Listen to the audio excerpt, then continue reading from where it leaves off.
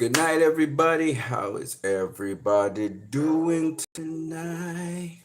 Now, I know the stream says that it starts at around about 12 midnight, but we're going to get into this.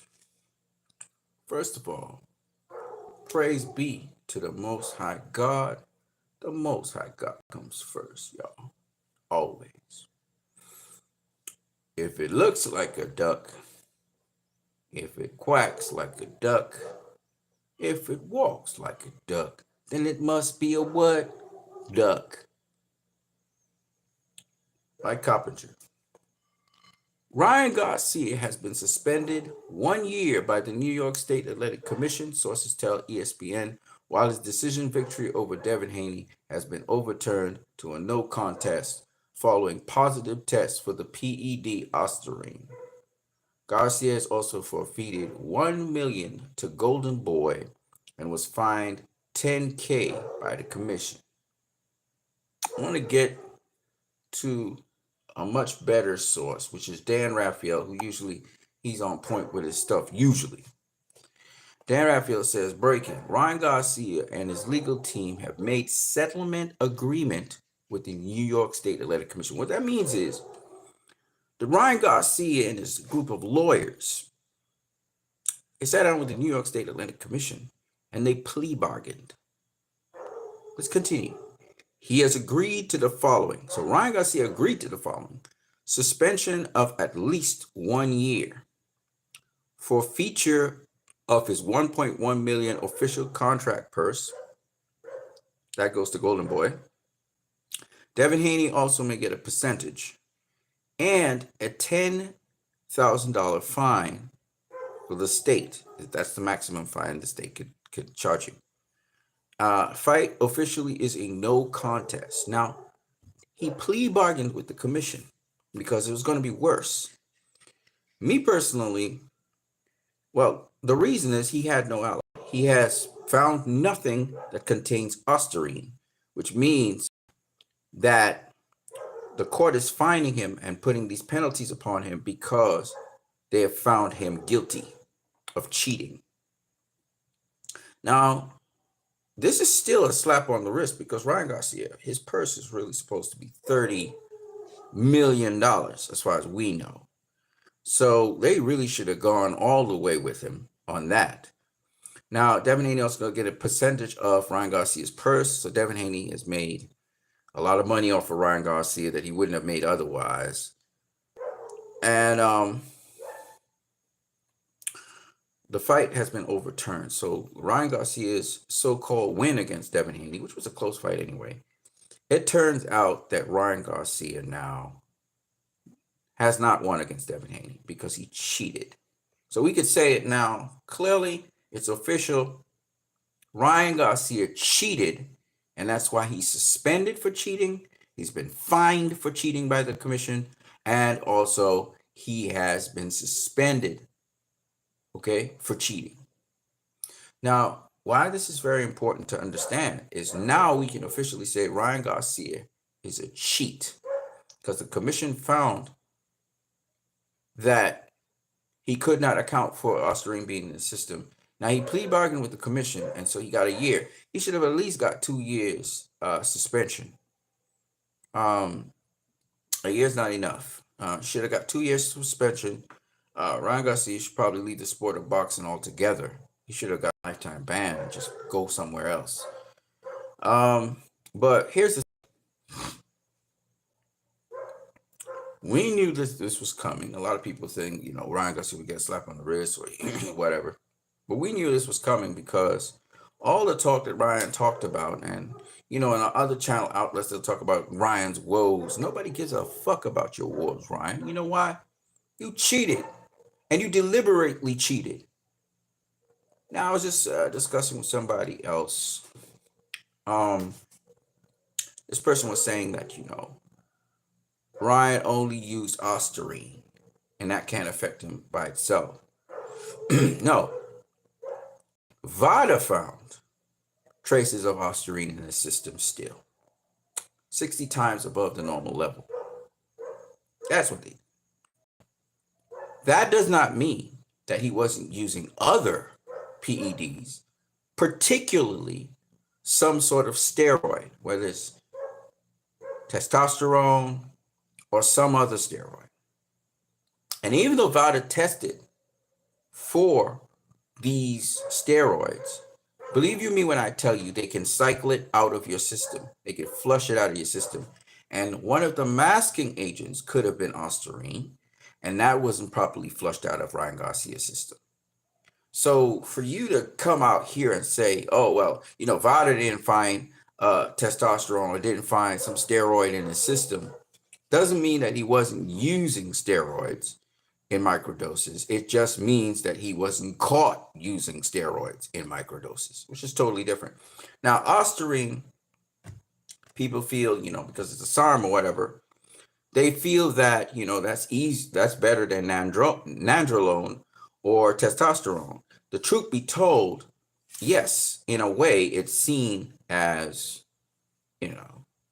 less than a steroid, but I'll tell you this, and steroids more damaging anyway. Ostarine in certain levels would be just as good as a steroid.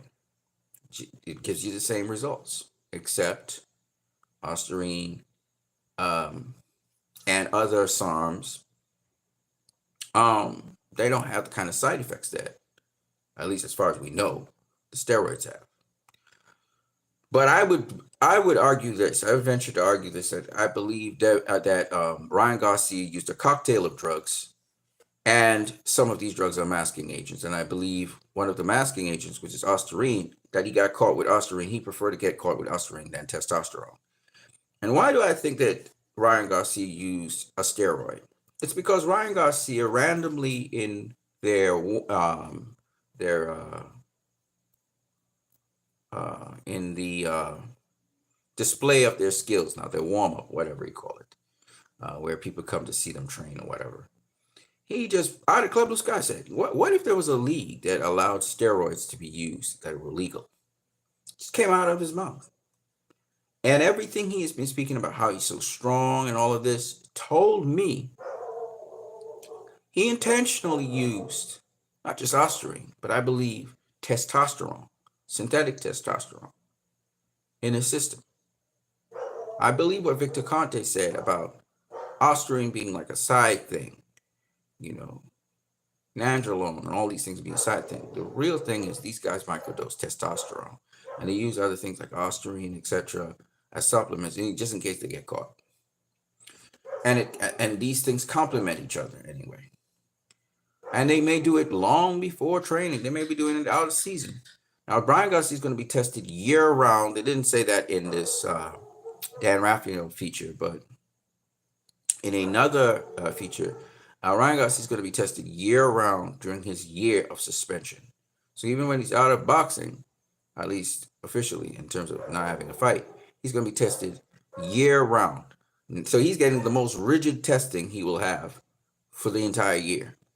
And based on that, we'll know what's really going on. I wish they would do that for all fighters. I wish they would test them year-round, all fighters, because in the off-season, these guys can still dope. They can dope up, and then, once they get a fight, they stop doping, and they just have to maintain. So I don't really particularly think Ryan alone should get testing. I think every top-level elite fighter should be tested year-round. And even then, there are tricky ways to avoid getting, caught. So, it's not as easy as people think. So anyway, I predicted that Ryan Garcia would be suspended. There's no way around that. And I just wanted to come out and say, when you see something that quacks like a duck, that moves like a duck, it's a duck. It's what it is. It's a duck. And this dude, Lying Ryan, has been lying to people, lying to his fans. But to those of us who are in the know, we know it's just all smoke and mirrors. And he's full of bullshit. And he's just lying off his top of his mouth. And this suspension and this fining only certifies that. Now, let me go into some funny stuff now. This is Devin Haney reacting to Ryan Garcia being caught and saying to a fan, "You mad?" And then Devin Haney be laughing. Chan000 says, I wonder how people support a drug cheat, but then I see these are the type of haters. Devin Haney got nasty work. And then here's Oscar De La Hoya. Listen to this. I don't know if you can hear him. Hold on. Here we go again. Now, just in case you want to know what this is all about, Ryan Garcia says, give me my money back. Haney, that fight never happened. I need my money back. Oscar's laughing all the way to the bank right there. Because Oscar don't got to give him back no money. Oscar got to get money from him.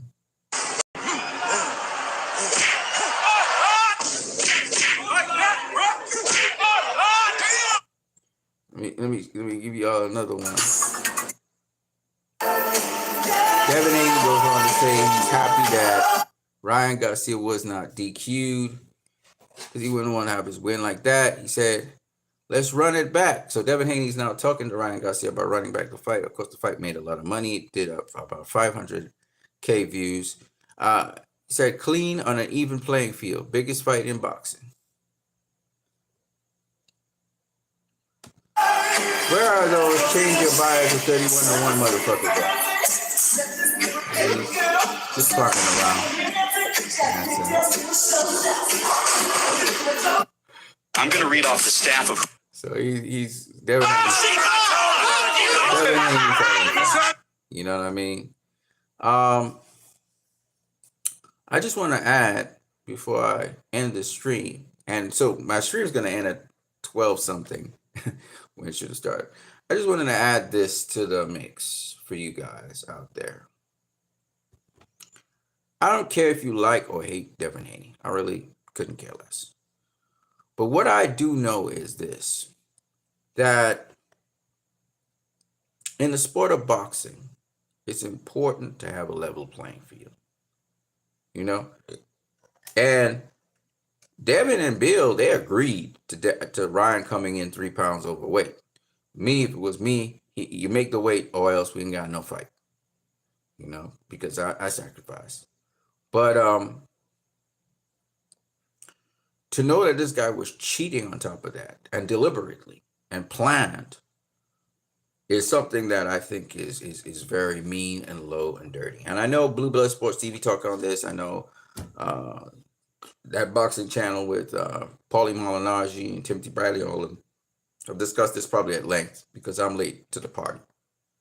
But what I want to tell you guys is, in the sport of boxing, you take damage. And Devin Haney, like I said before, took some damage that he's not going to get back. And we all know Devin Haney and Paul Logan, they're suing Ryan Garcia, or they're about to sue Ryan Garcia. And they're going to sue him out of almost all the money he has left because Devin Haney, you know, as they said, he's supposed to fight Sandor Martin next. And I think, you know, when they did the bidding for the fight, it was a low bidding. You know, Bob Arum is like a low ball everything. So Top Rank got the fight. But I will say this. Devin Haney, his career, you know, there's some darn sure his career that was done. But I think that Devin Haney, if he performs spectacularly again in his next fight, showing that, you know, Ryan was cheating and whatever, I think it won't make a difference. So a lot of people are saying, you know, Devin Haney got hit by Ryan's hook or whatever. Well, you know, it is what it is. You know, it is what it is. Ryan used PEDs, so of course he could whip the hook faster, and there's a lot of things he could do because of the PEDs. Plus, he had size on Devin. Remember, he didn't come in, you know, he didn't come in and cut down those 3 pounds to make 140. So we were fighting at a different weight class. The dude was bigger than Devin Haney coming in the scales. I don't know for fight night, but he looked physically bigger than Devin Haney on fight night. And with all those advantages, Ryan Garcia could not knock out Devin Haney. All right. And remember, Frank Martin got put down by Tank, and Frank Martin got stopped by Tank. Okay. Devin Haney didn't get stopped by Ryan. And this is a bigger weight class, an unfair weight class, because Devin Haney didn't prepare for that. And on top of that, this dude's using PEDs. Now, which leads me to another point. Is Tank using PEDs? That's the question I would love to know. But I also saw the sparring of Devin Haney versus Tank, and I saw what Floyd was kind of holding back Tank a little bit, not letting him use his veteran moves on the inside. They don't want no clinching. It was like no clinching. It was a 8-round, 16-minute fight. Devin did some good work. Don't get me wrong. He landed some good body shots and stuff.